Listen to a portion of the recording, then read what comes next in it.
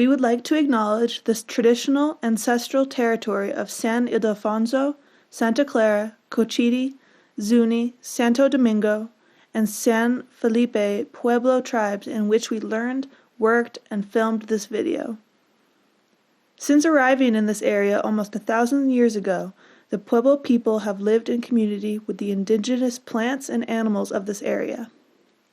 Those of us who have come to this area since then moved into a rich ecological community of people and wildlife, and we continue to share our home with the subject of today's video, birds.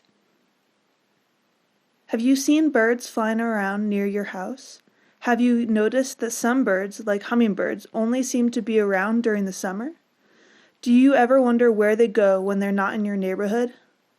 Join us as we learn more about our flying feathered neighbors through bird banding. This is one of our volunteer bird banders, Bob, with a Cooper's hawk we caught this season. Bob is an avid birder and looks for exciting species all over the world. He became a part of Bandelier National Monument's banding crew after he volunteered with the school groups who come to visit our site. Do you see the band on the hawk's leg? We put that band on it after we caught the hawk in our net. Each metal band has a unique 9-digit code etched into it. If someone captures this hawk again in the future, they'll be able to look up the number through the National Bird Banding Lab and find out when and where it was banded, along with the measurements and observations that we made. This is how banding works. If we recapture a banded bird, we can find out things like how far it has traveled and how it has grown since the last time it was captured. By banding thousands of birds all over the world, and by hopefully recapturing some of them, we can start to get a picture of what birds are where, how well they're surviving, and how populations are changing in different places. Many species of bird have two homes, their summer home and their winter home. In the spring, they fly north to their cooler summer homes where they will hopefully eat, find a mate, and have some babies, or offspring.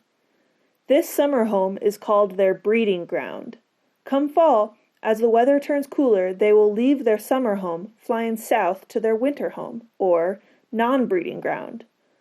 Many birds find their summer homes in New Mexico, maybe even in your backyard, but their winter homes are all the way down in Mexico or even South America.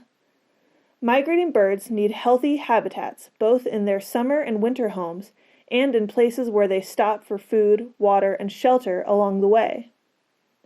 Part of our job is to collect the data that may help to determine how this habitat here in Bandelier National Monument is faring.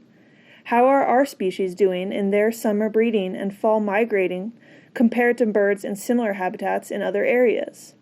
It can take decades of banding data to answer these kinds of questions. One bright, charismatic example of a common migrant is the Wilson's warbler. Starting in mid-August, we in Bandelier begin to capture more and more of this species as they begin to migrate south. Here is a map showing their breeding grounds in the north and their non-breeding grounds in Central America.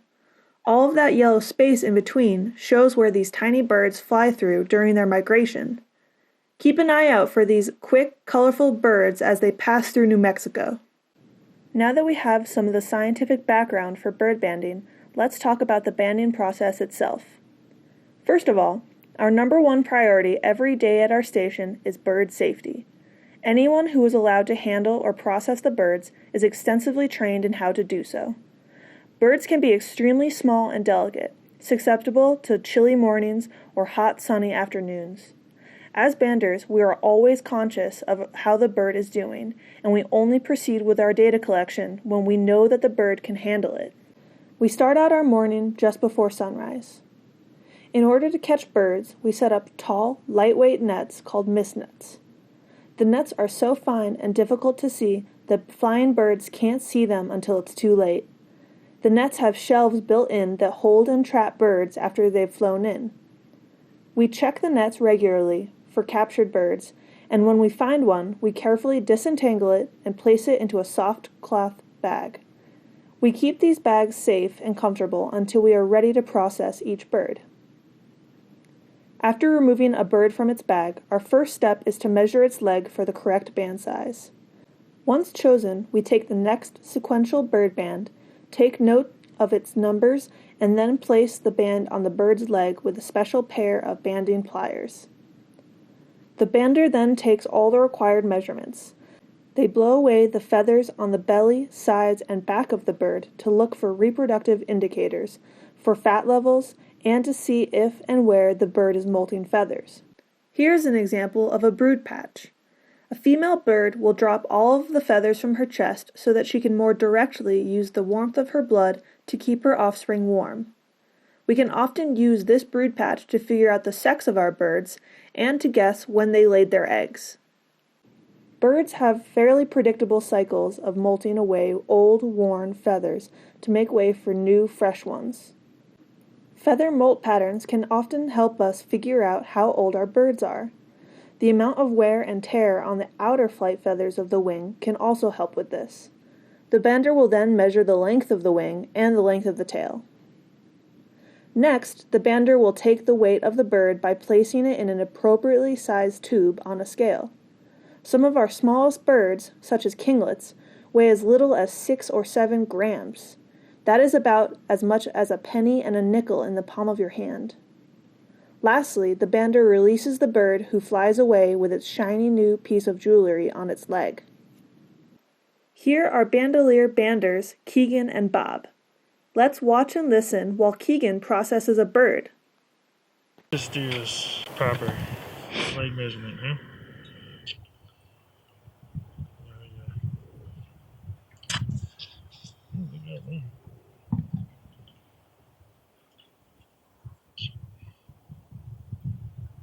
That one would be just fine.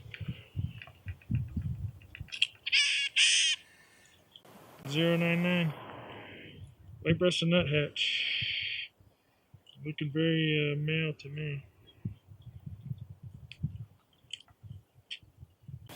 So, deals with them. These must be the ones that they don't close.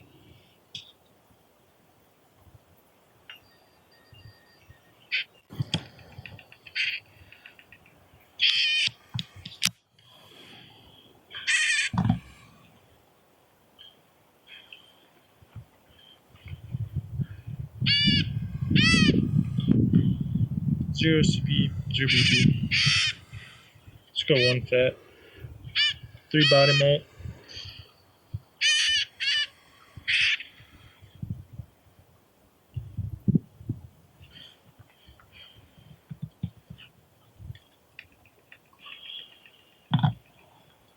No flight feather molt.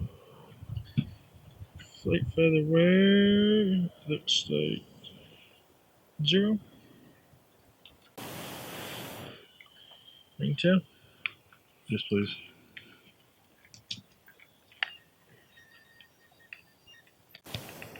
Wing is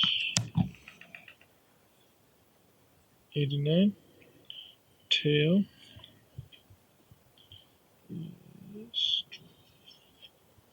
46.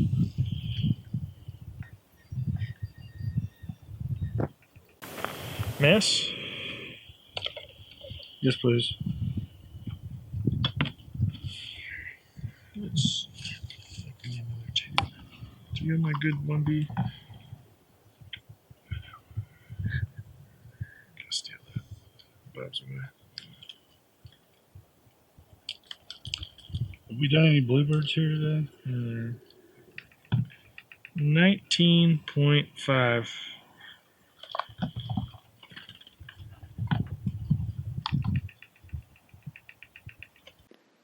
And that is bird banding. During our fall banding, we normally catch and band over 50 birds a morning. Our work aims to build a better understanding of how our local and migrating birds are doing. Now it is your turn. When you can, get outside, look around, and listen. Once you start to pay attention to these wonderful neighbors, you will see that they are everywhere you go.